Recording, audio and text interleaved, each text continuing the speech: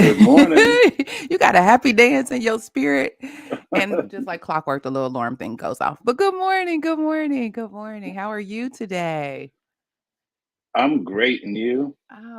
Wait. See, we got to practice this mute thing right now. Okay, hold on. How are you? I'm great, and you? I'm good. I'm good. I'm thankful to be amongst the living. Ah, I'm good. I'm good. Okay, okay. Well, let's get this party started. Welcome to our Saturday morning tea where we discuss health information, news, education, and certification tips. And then I'll some other tea that may just spill just because of the knowledge that we have and the information that we know that may or may not necessarily be health information related.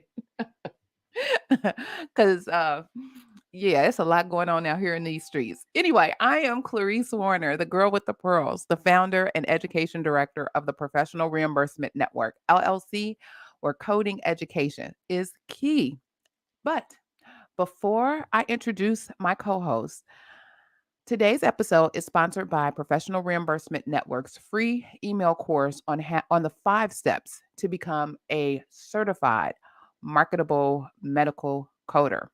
So check this out. Are you interested in medical coding but not sure where to start and scared of wasting time and resources? Let me help you with the right steps to become a certified marketable medical coder. Learn more at bit.ly/5stepscoder.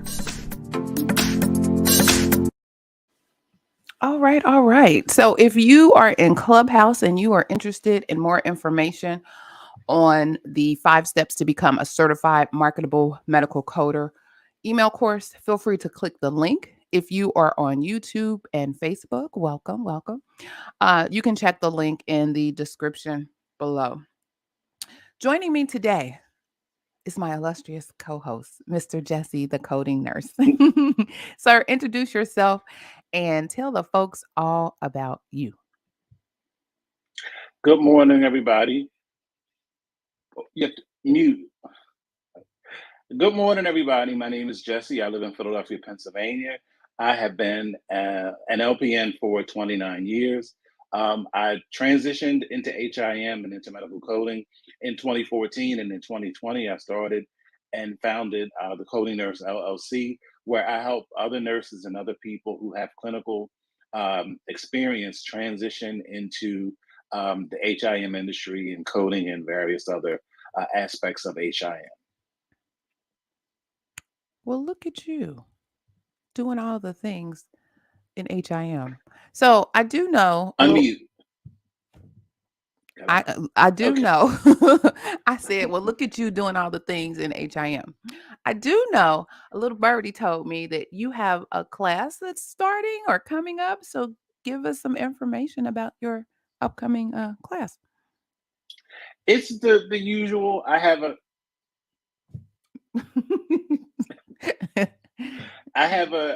class starting on Tuesday. Normally, I already have a class that's going on now. It's an IC10 CM course. I usually only start one every 9 weeks because I complete the 8 week cycle and I start a new one. But actually, I think we're going to get into it today because of the whole redundant bot thing. I got a lot of interest. I got hit up like in one day by like 7 people. So I'm going to start another course on this coming Tuesday. So I'm going to have 2 courses going simultaneously. They're like 4 weeks apart, but it's still an 8 week course. But this is the first time I'm doing a Monday, Wednesday, and Tuesday, Thursday cycle at the same time. Look at you. See, like you said, they coming in droves. They coming I in droves. mean, Look at you. Like I said, look, it's gonna be an echo because of course this still records regardless, and so it hears me, but Clubhouse doesn't. But they're coming in droves. They're coming in droves. So that's what's up. Yeah, I saw it and I was like, he never said anything. And don't you have a CDI course coming, or is that something different? it's coming. Okay, I saw a little something about that as well. I'm like, sir, sir, you're co-hosting in this space. Tell the people what you're doing. This is the opportunity. Tell them what you're doing so that they can be a part. You know, you're one of the few that I know that actually offer specific certification classes, information, education for CDI. And so, yeah, let the folks know. Let the folks know. Good morning, Catherine. We got Catherine joining us. Good morning. Welcome, welcome. Good morning. All right, all right. So I guess we need to just go and get into it. You made that segue into the Rhonda Vaught. You want to give your thoughts on that one? Because Lord, you talk about the slap Um, heard across the world. this has been in the it according for nurses, it has been talked about for over a year now. Um, it's a very unfortunate situation. Radonda Vaught was a nurse who worked at Vanderbilt Medical Center in Nashville, and she worked as a float. So she was pretty much all over the place. Mhm, And a patient was in the short procedure unit having an MRI, mhm, and she had anxiety. So they called up to the floor and asked the nurse to come down to administer Versed, which is medicine to help you relax. right. And so the nurse asked the float, Ms. Vaught to go and administer the medication. So she goes to a machine called the Pyxis to pull out the medication. Mhm, And the Pyxis, is arranged by generic name, not brand name. okay. So you have to pull up medication by its generic name.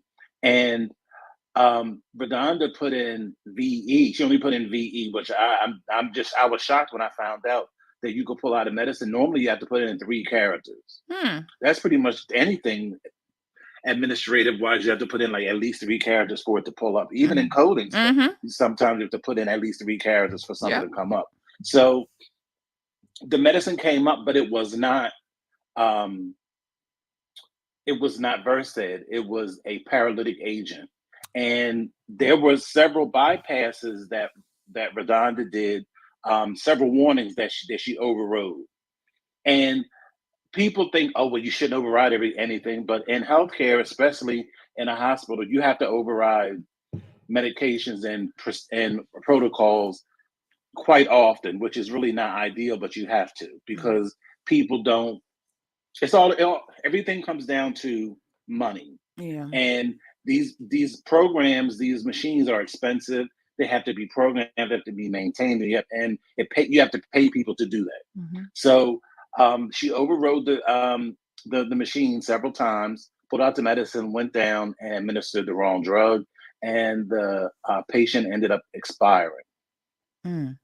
So what I give to her credit is that as soon as it happened, she admitted that she gave the wrong medication. Mhm. So it wasn't like she tried to hide it and they did this lengthy investigation, found out that she was the one. She owned up to it right away. Now, the reason why there is such a big stink about it is because Vanderbilt, as like most companies, they try to they did pass the buck. Mhm. They did not notify CMS, which is supposed because this is considered a sentinel event. Somebody died, Mhm. so that prompts a whole different level of investigation. They did not notify CMS. There were 2 death certificates. The first death certificate was falsified. They said the cause of death was natural causes. So it's a whole lot going on that a lot of people don't know about that came out or is coming out since this trial has taken place. So now she has been convicted, but she hasn't been sentenced. Her sentencing date is May 13th. I think it's Friday, May 13th. Mm. So nurses around the country are like beside themselves because most people there aren't many nurses that haven't made a medication error. I have. I've given the wrong medicine to a patient. Luckily, it wasn't fatal, but mistakes happen. And for her to be the only one singled out when there's a whole chain of failures along the way, it's just not fair. I mean, nobody's saying that she should go to work tomorrow. Everybody's okay with her losing her license because you made a mistake that ultimately took somebody's life. Even Right. she's okay with that. Right. But the thought of jail time, we have doctors who kill people every day, Right. and they're allowed to leave once they can go to another state totally unscathed and work again. Is just, you know, is just beside. That's why there's really such a big um, fuss and a big uproar. People are on pins and needles waiting to see what happens, because if they do sentence her to jail, nursing in this country is done. Wow. Yeah, my friend sent me the information and she was just over the moon about this whole situation. And she mentioned, and I didn't see this, um, and I didn't dig, I'll be honest, I did not dig deeper. But she mentioned something about her reporting the information to her supervisor and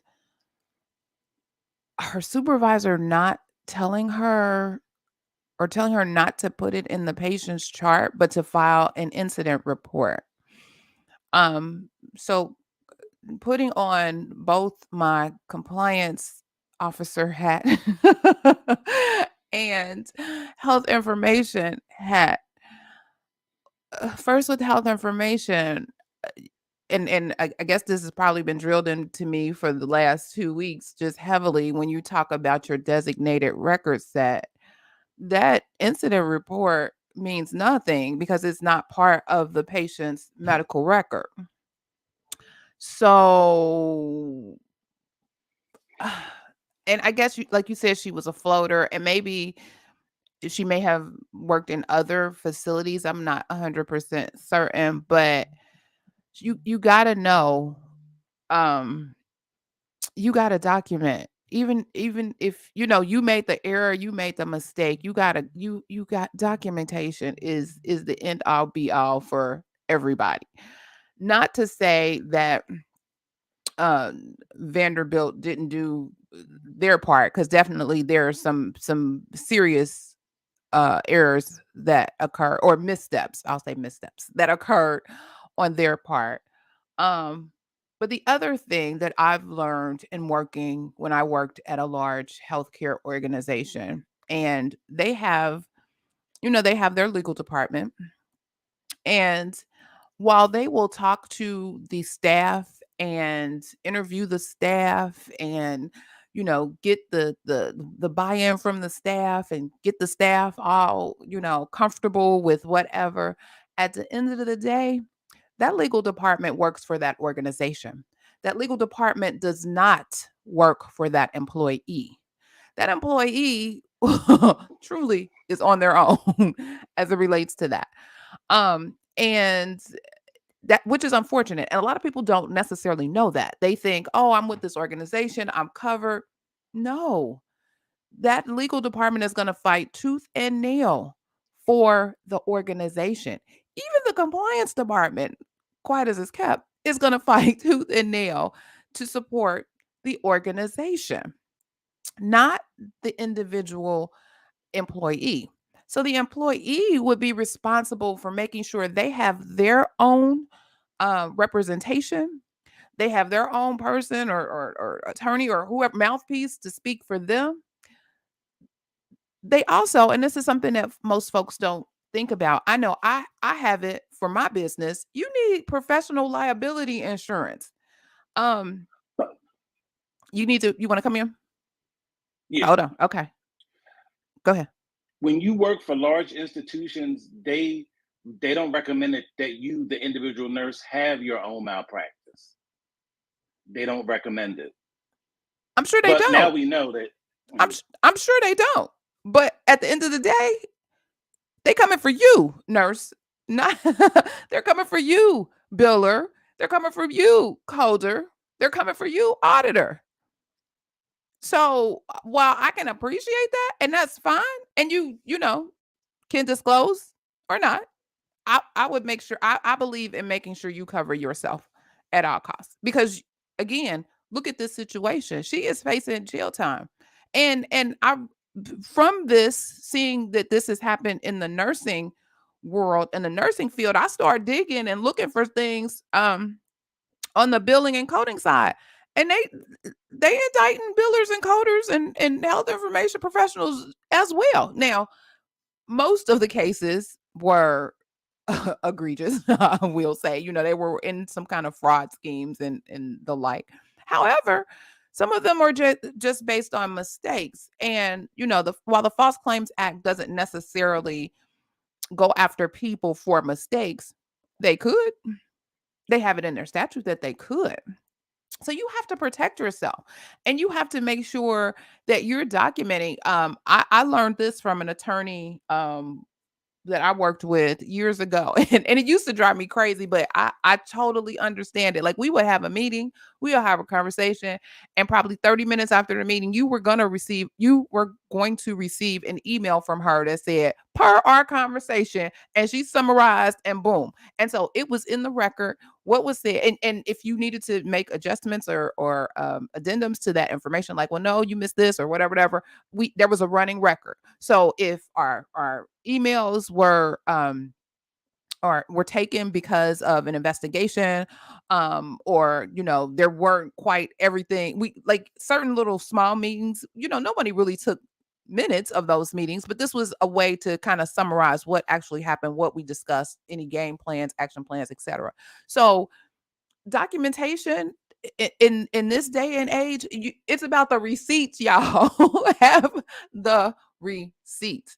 So it's so unfortunate. It's gonna be a mess. And to your point, Mr. Jesse, they sitting ready to probably walk out at any minute. Nobody is going the unfortunately for the nursing field. It's COVID has played a huge uh burden on the nursing field, and how they were treated and what they had to do and all they had to endure as frontline workers, with little to no respect, because especially when some folks bailed out, and those who stayed, they were staying, they did what they did needed to do. Um but then they had traveling nurses coming in making 3 and 4 times the money that they were making, and just doing the job or less, and it just a hot mess. And so not only, and we've talked about before how you don't even have um nurse educators anymore. You don't even have the folks going into education to teach the nurses appropriately. So you have a gap that needs to be filled there.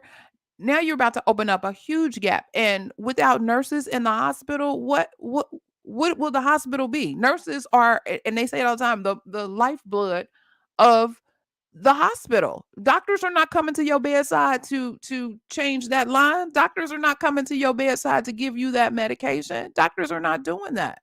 It's the nurses.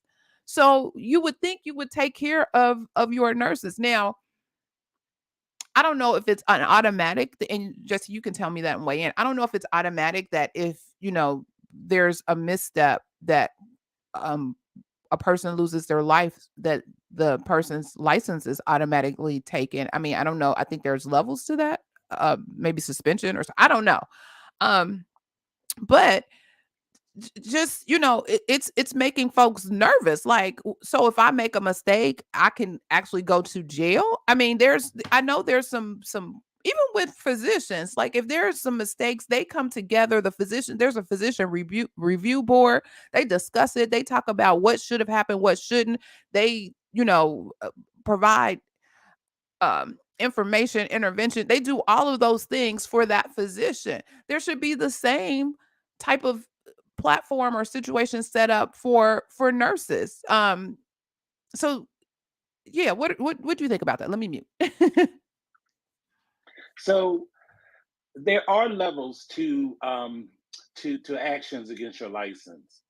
They take a lot of things into consideration, like what is it, like what was the offense, how many times had it occurred, all of that. So, um,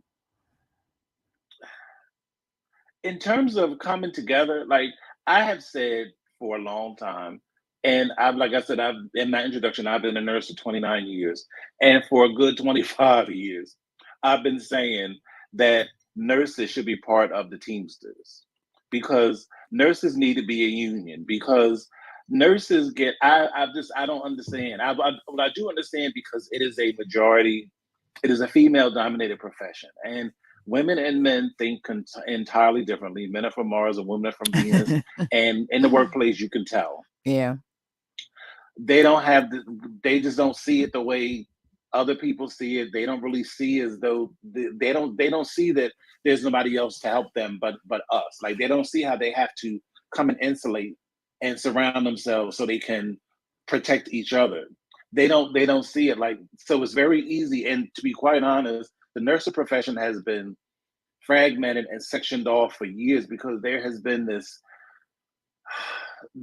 just on again, off again, love hate relationship between RNs and LPNs. That's been since the beginning of time. Okay. Now that they have this thing called magnet status, where you have to have a BSN to work in a hospital, now you have um, bachelor's degrees RNs and you have associate degree RNs who are kind of battled now because if you're an associate degree RN, you can't work at a hospital. But yet, so you have the exact same license. You can do the exact same thing.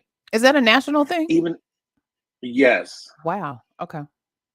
and even if you have because there are three ways to become an RN: either associate program, a bachelor's program, or a diploma program.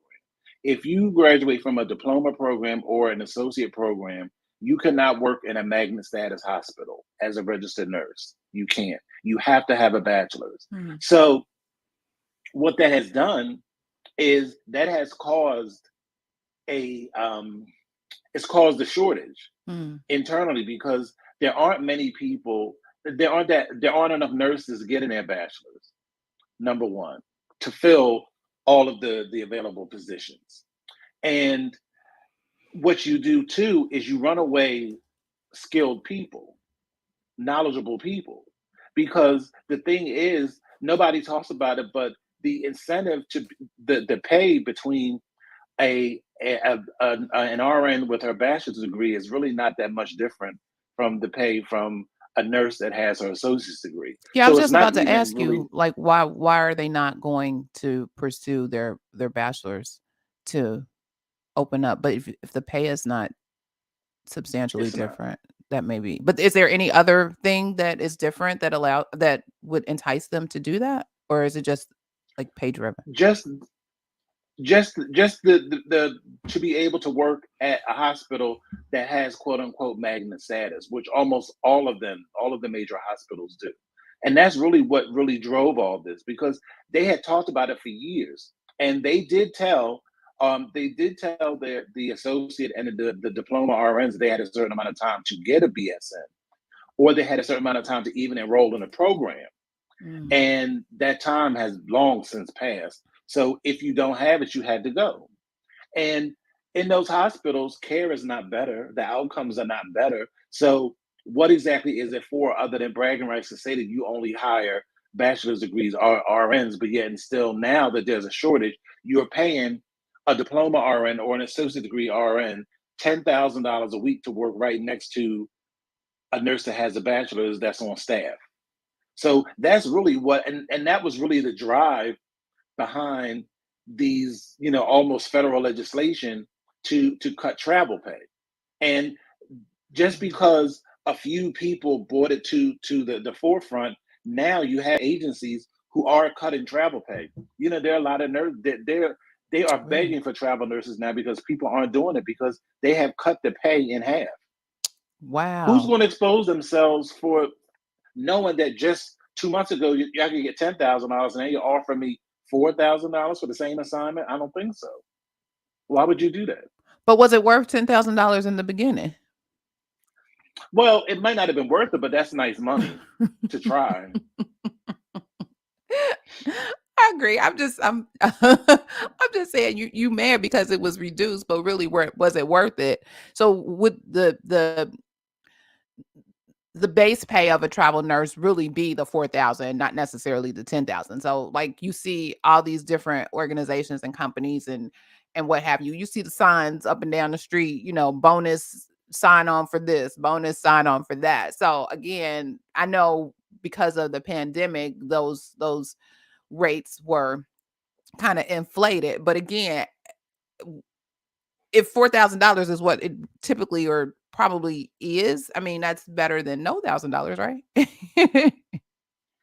But I mean, but if I know that somebody was getting more, or even I was getting more, then you hit me with less.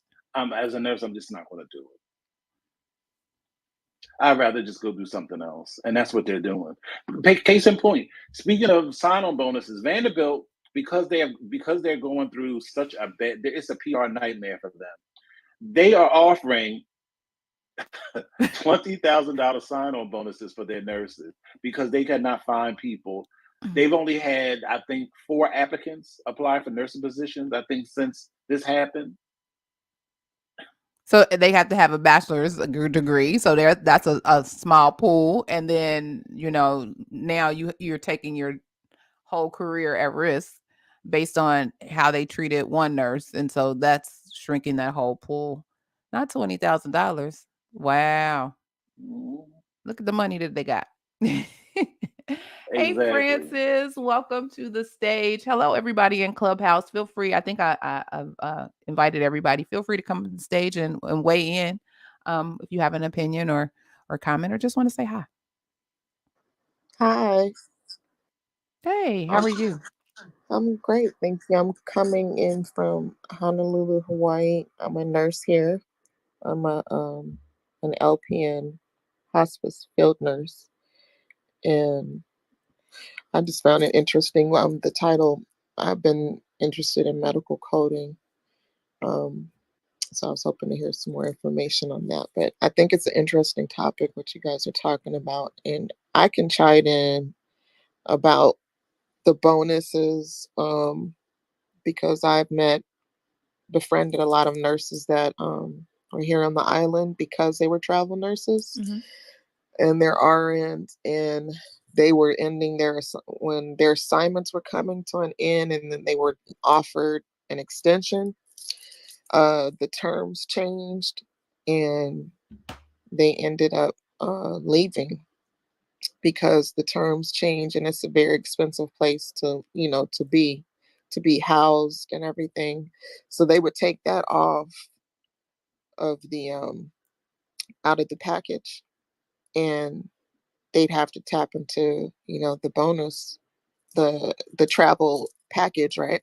Mm-hmm. And they'd have to pay for their own housing.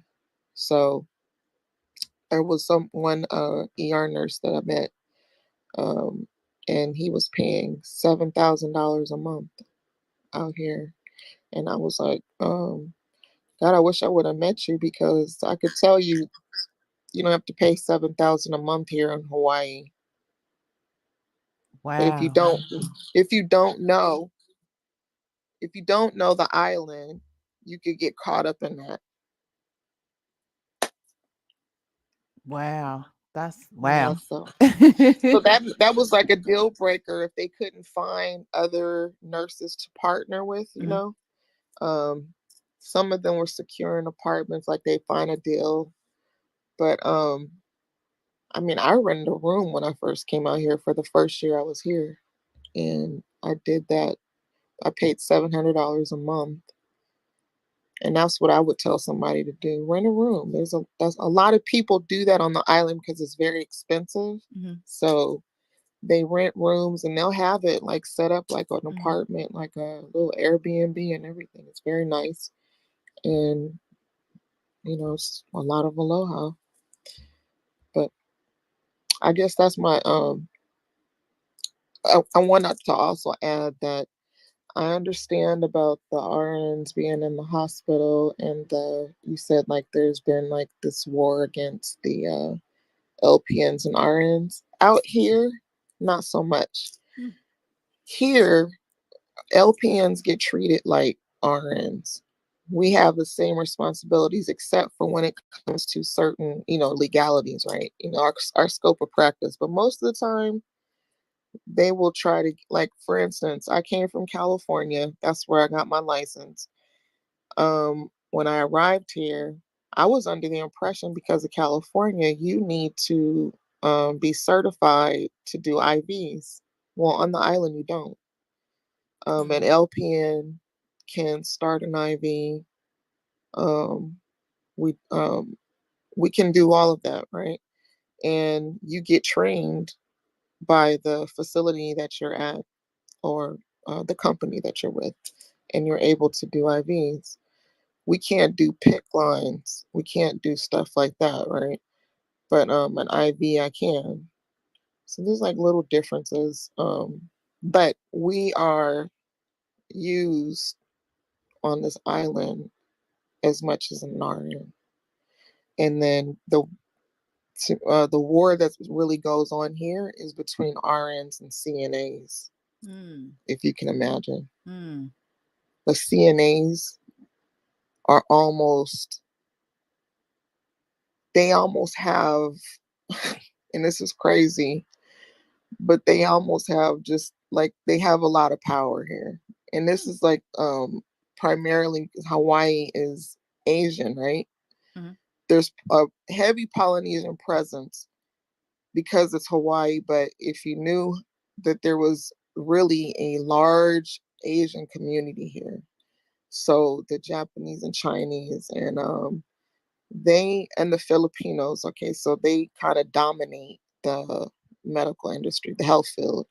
And a lot of them are CNAs who, they're CNAs, but in their country they were RNs. And because they came here and they can't pass the exam, the NCLEX, they get stuck in these CNA positions. So they don't they bend a lot of rules here. Um, I mean, it's really like it's really interesting to me, like what I've witnessed. But that is I don't see I've never experienced having a problem being an LPN and being with the RNs. They respect us here. They need us. I support RNs.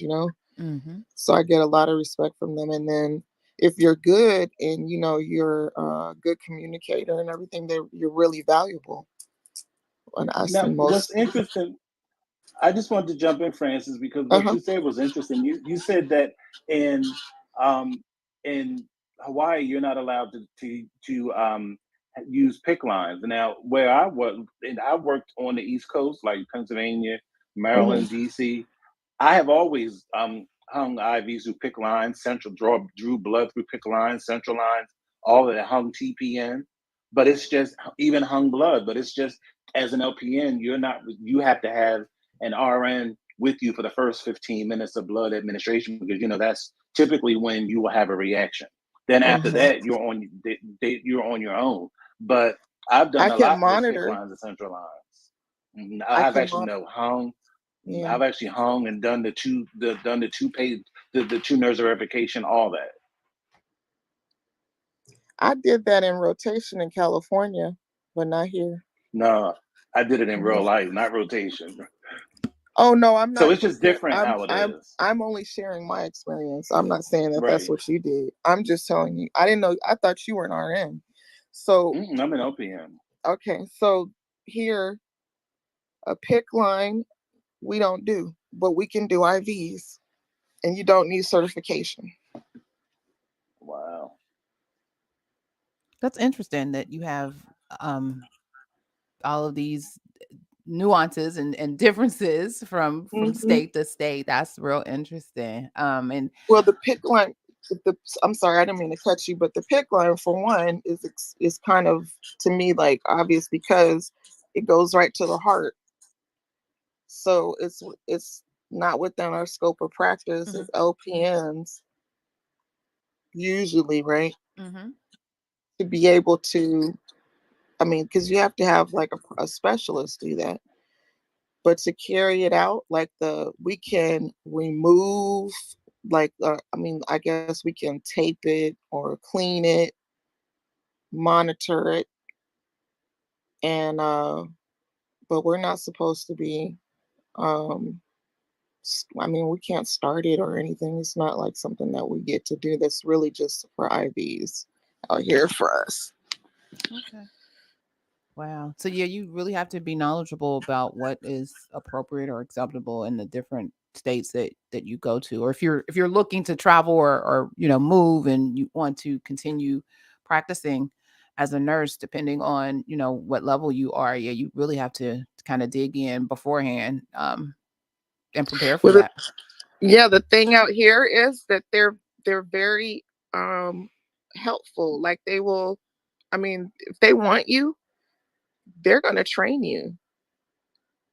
They're going to show you how to do it. I've learned so much, just from, because it's just like, when you're a team player, when if you get with a good place, is what I say, a good organization, they're going to show you what to do. That's good. That's good. So I know we kind of said all of this to say a couple of things. One is, so you know that there will be an influx of nursing professionals coming on over into the health information profession. You already know that. This is something that has been going on for decades. But now they're coming in droves or considering it in droves. Um, and so for those of you who are actually interested in in the health information profession, um, it's a great time to get in because there are shortages in our area as well. They're looking for certified professionals to assist in all areas of health information and not necessarily coding, even though coding um and CDI and compliance and all of those things are kind of what we hold near and dear to our hearts. But there are other opportunities in the health information profession that would probably definitely grab someone with a license and can help uh, kind of shore up some of the initiatives that the hospitals have. One thing that we talked about for certain, we were talking about CDI programs recently, a few colleagues of mine. And the thing is, we were like the health information professional or the coder versus the nurse, if you will, and that battle and debate that has been often discussed. And the one thing, it's like really it should be more collaborative. Like you should have a team that not only has coders, that are certified, but also have nurses who have certification or knowledge about coding, and then a physician champion who may or may not be like the middleman and the liaison between the two, or the one where actually the bucks, they could bring their arguments or bring their perspectives, and the buck could potentially stop with him or her. But it should be a team approach to um these departments, and not just, oh, it needs to be for nurses because they quote unquote have all this clinical experience, whereas the health information professional and or coder or CDI person may have clinical knowledge but not necessarily the hands-on clinical experiences that nurses provide. But definitely, I know we sat toe to toe, chest to chest, chair to chair with nurses in our AMP classes. We sat next to nurses in our patho classes.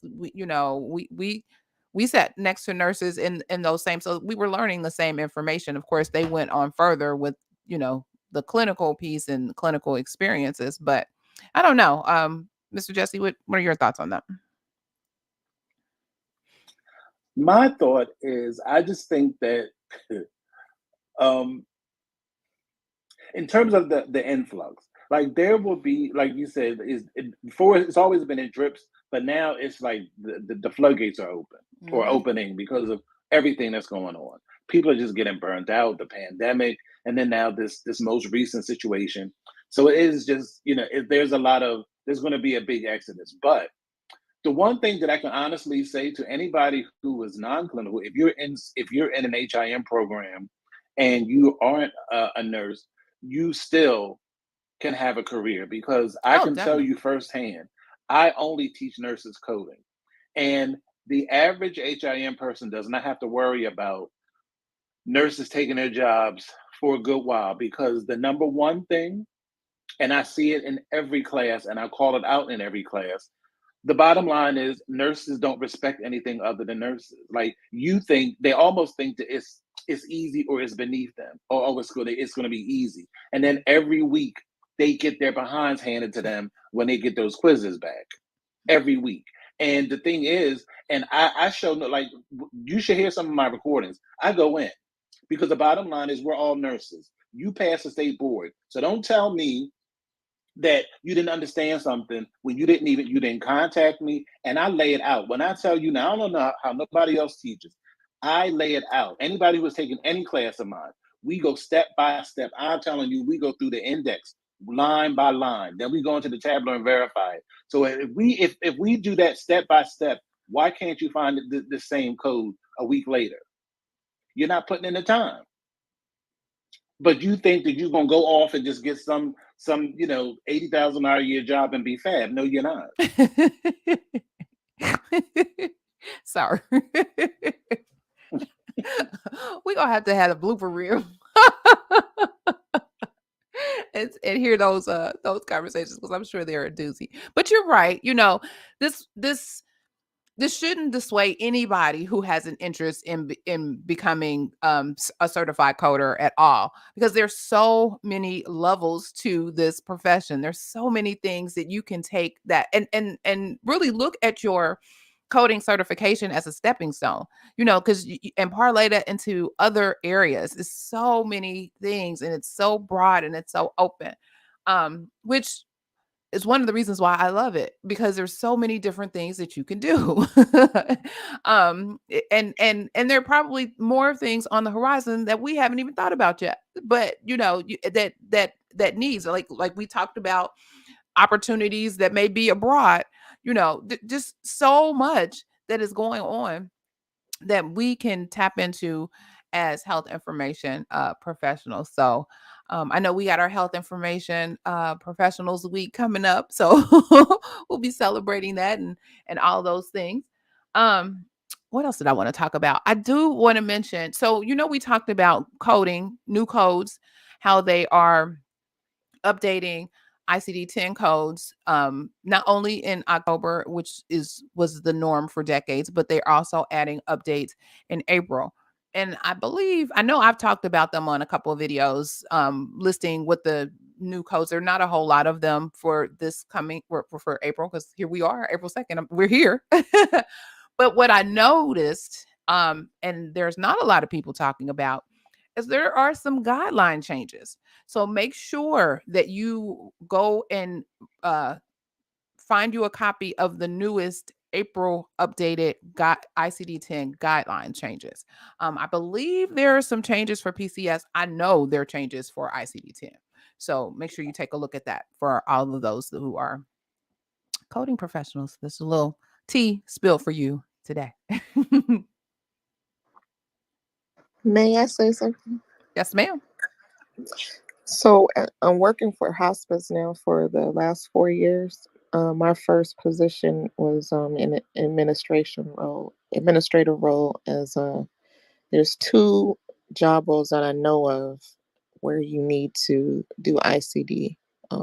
You do ICD-10 coding, and it's for PCC, which is a patient care coordinator, and then the other is they upgraded the name to DCS, which is a director of clinical services, or DCSA, director of clinical services assistant.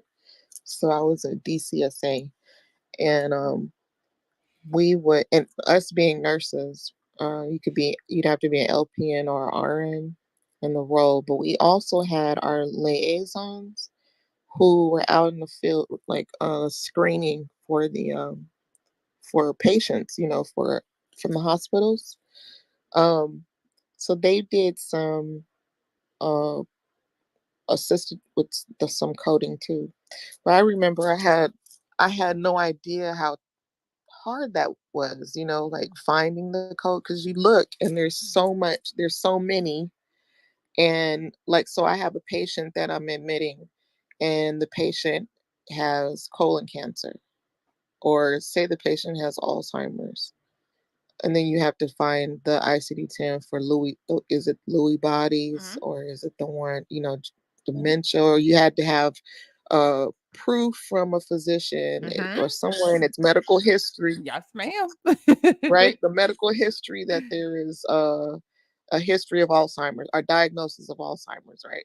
For us to use that particular code, or we look for dysphagia and stuff. So I got that type of information, but I remember thinking like, oh my gosh, this is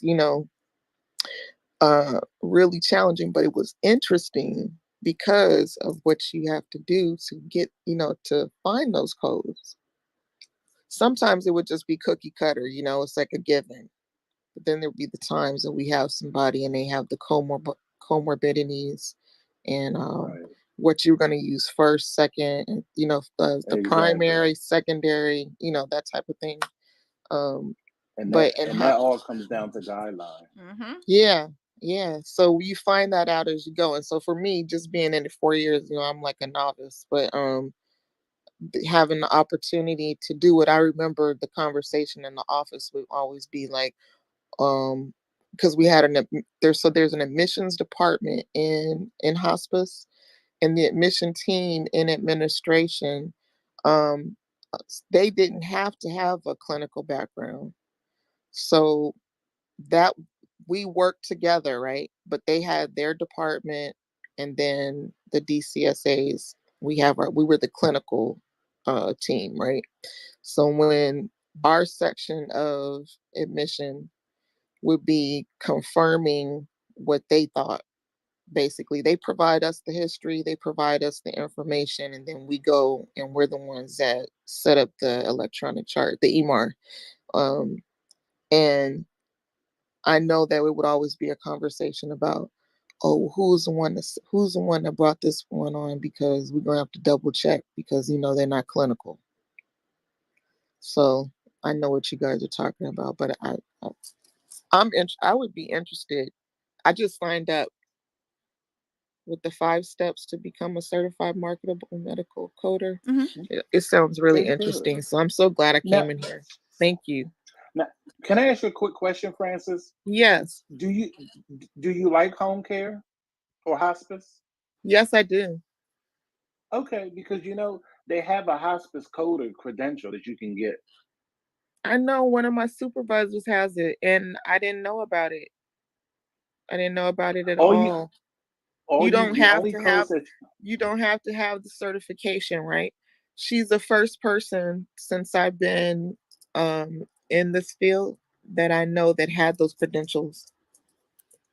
the The only other codes nurses that know. you need right, the only codes that you need to know for home care or hospice is ICD-10 CM. Because I have my ATSD and I have my Oasis credential. I don't have my hospice because I don't want to do hospice. But all you need is the ICD-10 CM code set. That's all you need to know. CM code, and then it has like a bunch of codes ICD, underneath it. IC. No, you just need to learn the code set because there's guidelines that you have Yeah, to learn it along with is right. ICDM, because that's we so Right. we have a book we have that we can refer Right. to, and then we go online. Right. But I'm saying, but you can get a credential Hmm. and be certified in that specialty. And you would just need to learn the ICD-10 CM code set. Mhm. But you don't teach that.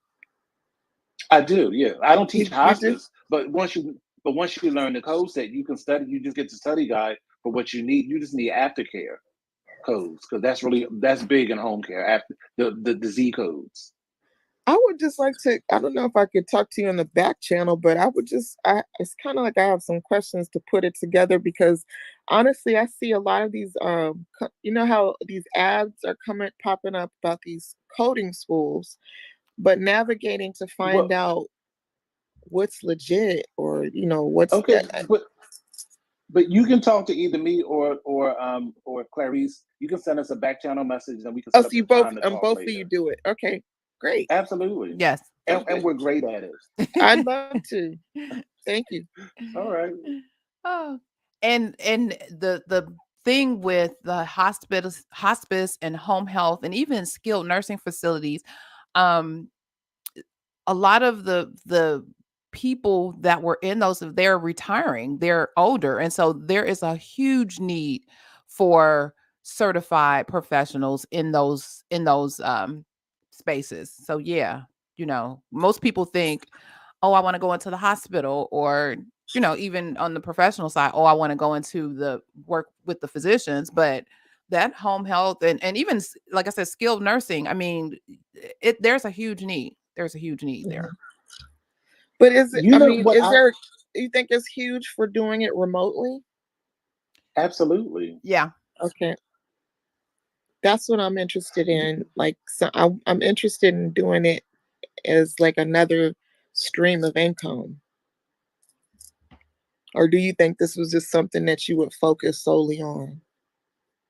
When you're learning, you have to focus solely on it. It's not a walk in the park. You have to know that. Okay, thank you. Mhm. But you know what I would like to see, Clarice? I would like to see coding go back to on the job training. That's what I would like to see. Because I just believe, honestly, I just think that these schools have just gotten so far away from the message. And I think that people aren't prepared. I know people aren't prepared. It's not even an opinion, it's a fact. These people, that they taunt and they tell these tales of these people they have a certain pass rate and they don't. I And agree. you I can teach think people to I'm sorry, go ahead. no. So what I think they should do is I think they should do like how I learned. I thought it was traumatic, but I learned it. I got on the job training. We were trained for 2 weeks. I mean, when I tell you immersion, 2 full weeks. At the end of those 2 weeks, we took a test. You had to get a 94%. You got two attempts. If you passed it, you had a job. If you failed, you didn't. Plain and simple. I agree. I have a client that I'm working with, and one of the things that they're doing is um kind of growing their own coders. So they see people who are they kind of they're watching their staff and seeing, who asks the right questions, who's, the person that seems interested, and they're putting together programs and providing them, incrementally different tasks and different things to get them ready, and then actually sitting down and preparing them for a certification. So I agree. Years ago, I worked with an organization in their compliance department, and what probably 40% of my job was to actually train folks and provide them the information to become certified coders. We had coders in all different specialties, and this was back in the day when you had to have your CPC before you can have any other um, specialty certification. So my job was to prepare them to be successful in taking that CPC exam for that organization, and it was a lot. And I'm like you, I provide a lot of information, because provide a lot of information and provide a lot of opportunity um for practice, because you have to actually do the work in order to get a better understanding for what it is that you're doing. Because like, people think, it's easy just to pick up a book, see the codes, and try to figure out, oh, let me go through the index, and oh, here's a code right here, well, this is the code it is. No. There's levels to this thing, and oftentimes you need to verify and validate, well, what does the is this exactly what it is that the patient has? Are there other indicators in this documentation that suggest otherwise? Are there, guidance, coding guidance, if you will, that says, well, no, you may need to take a look at this, that, and the third? Are there other guidance like your LCDs and NCDs? I mean, there's a whole lot of things that you have to know and master and have at your fingertips when you are coding. So it's not as simple as, I got a book, I can find the code, I put the code down. There's a lot of levels, but the great thing is you can be taught. And those are the things that Very we much. actually teach you in our courses. We walk you through, what are the things that you need to be successful, not only successful in passing a certification exam, but being successful in the career, being successful on the job, being successful and marketable in the profession. So yeah, there's a lot of things. And so I can't speak for some of these coding schools. And anytime I see a coding school that says coding and billing combined together, I immediately turned off. Like, they don't even know. See, I'm about to cuss. What the hell are they talking about? But but yeah, just be mindful. And then, unfortunately, you have folks that think, well, if I look at a couple of ICD 10 codes, I'm a coder. No, no, no, no, no, no. Yeah, Belinda Mitchell, she's saying, yeah, all of what you're saying is true. So true. Yes, it is. I mean, it's way more than that. And it's way more complex. And so, not to dissuade you or scare you or make you think that you can't. You can. It's just you need to be taught. You need to understand. There's levels to it. I don't even know what other way to say it. It's levels to it. And putting all those pieces together makes you successful, makes you apply your codes with confidence, because they're accurate at the end of the day, and you have supporting documentation for the accuracy of the codes that you're doing. I mean, there's, again, so much to it that you have, and so much additional knowledge that you have to bring to the table as a coder. Just knowing that is helpful. Go ahead. I wanted to jump in and share an example, because just yesterday I was working and I was doing this review. So, people who aren't coders, they rely on this AI, which is just so annoying. But it is what it is. So this particular chart, they had identified 3 potential diagnoses, 3 potential HCCs. So I go to look, and it has E11.51, and which is type 2 diabetes with diabetic peripheral angiopathy. And it had E66.01, morbid obesity. And it has the date that the encounter, it had the date of the note that it is there.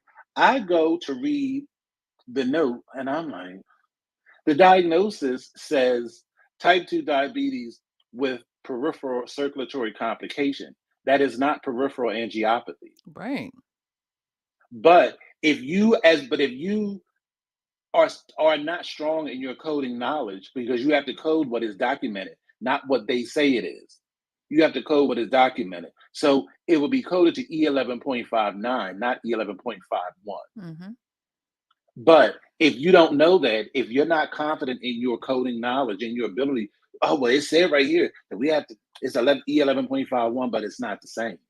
Peripheral angiopathy is not peripheral circulatory complication, because that's unspecified.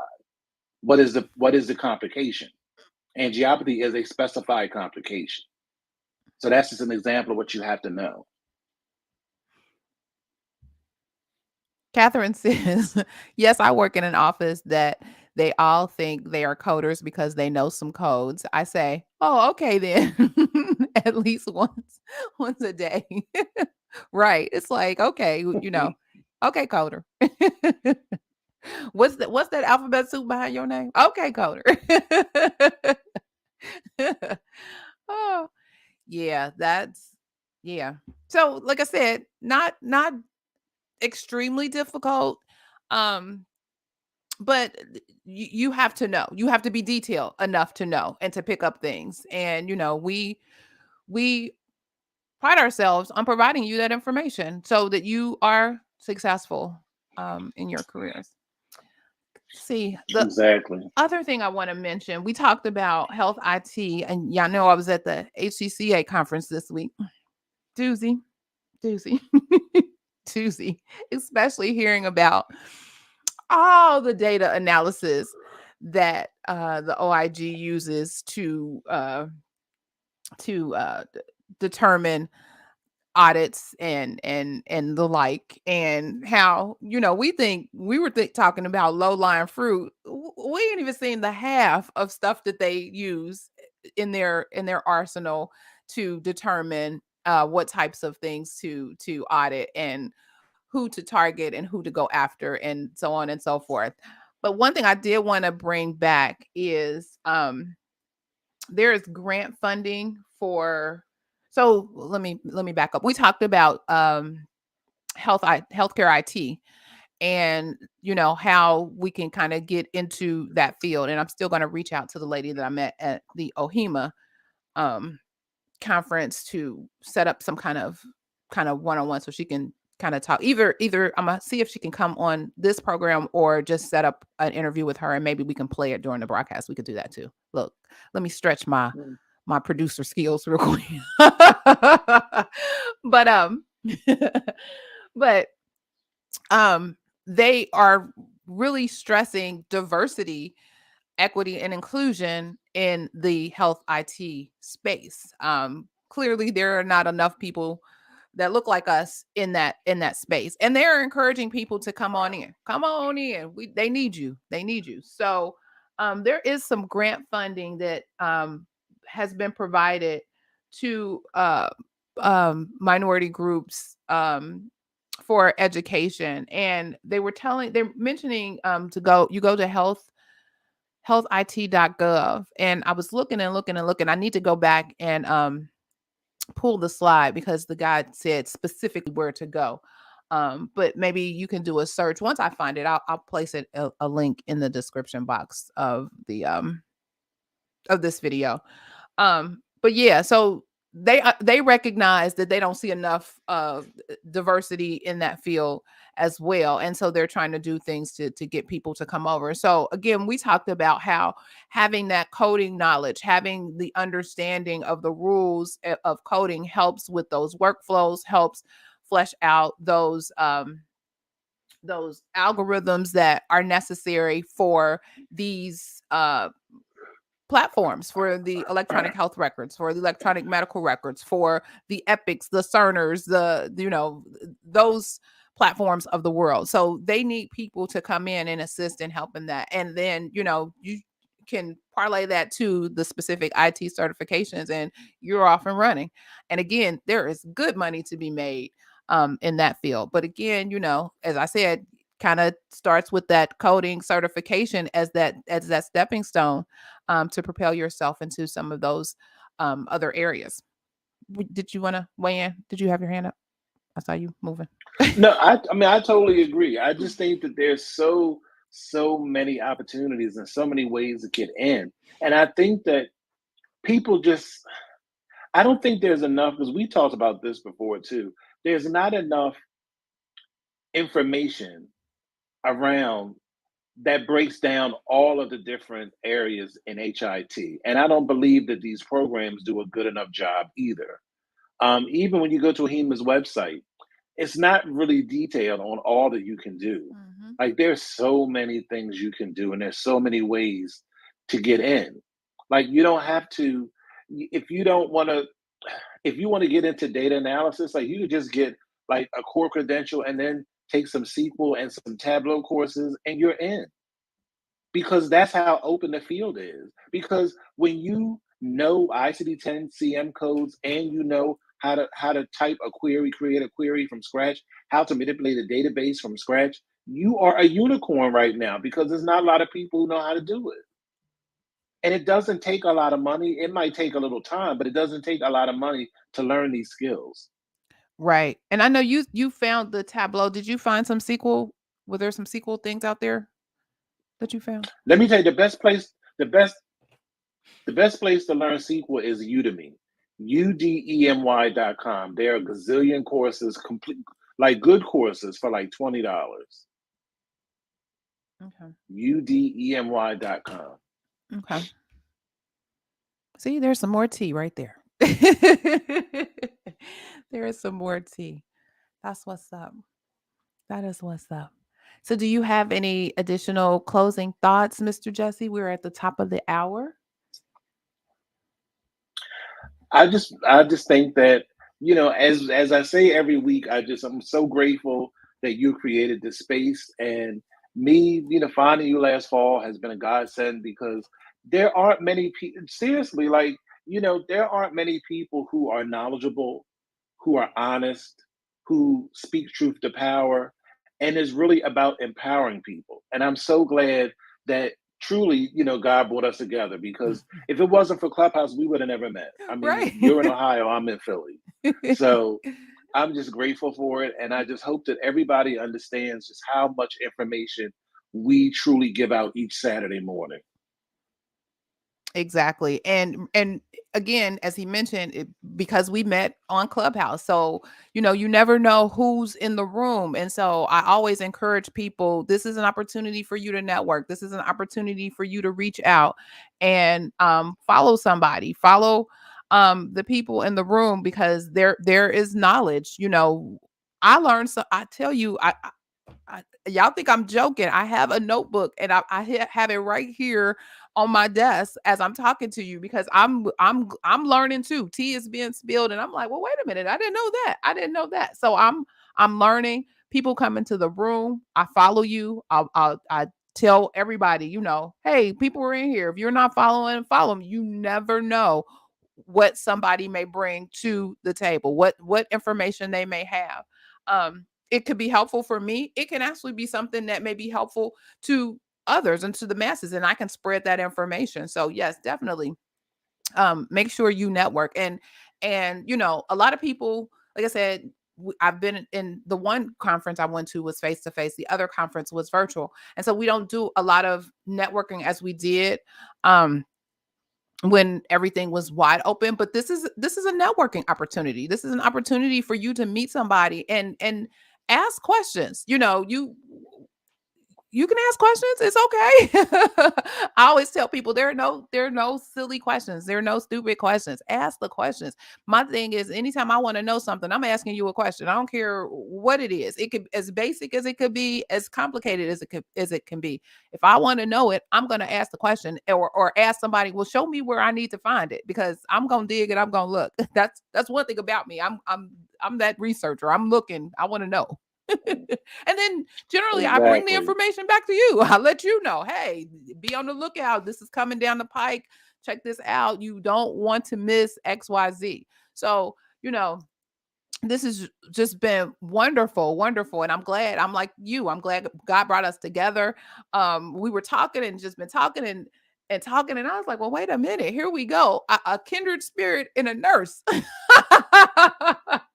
But it's been wonderful bringing the tea with you or bringing the tea to you every week. So again, thank you so much for joining us this Saturday. My question, as always, was the tea spilled today? Yes, ma'am. Yes, thank you. You're welcome. You're welcome. Uh, I said mahalo. It's 4 a.m. out here. I'm gonna go to oh, sleep. bless But your thank you so whole much. heart. Oh, Lord. Okay. Well, that's just a testament to how interesting it was. So thank you. I Good. appreciate that. Oh, that puts Okay. a Don't forget whole, to reach out. yeah, Uh, definitely. That puts a whole perspective on it. 4 a.m. Jesus. Oh, okay. Thank you. good. So Thank if you. this information was valuable for you, help us share this message with others by liking the video, sharing the video, and subscribing to the channel. Also, please check out the Coding Nurse channel on YouTube. He also drops nuggets and videos and information on his channel as well. So check him out. Last but certainly not least, to my Clubhouse folks, don't forget to click on the greenhouse to join the fun in our club, and you will get notified of our live broadcast. Again, we generally are here every Saturday at 9 a.m. Eastern Standard Time. So, again, this has been a great session today. Thank you all for joining, and remember to be safe, be kind, and don't wish for it, work for it. Until Oh, next time. Uh oh. Yes, sir. before you leave, when you end the live recording, stay in the studio because I have to tell you something. Uh, uh, behind the scenes. Lord, here we go. Okay, so again, be safe, be kind, and don't wish for it, work for it. Until next Saturday, take care. Have a great week. Bye-bye. Bye-bye.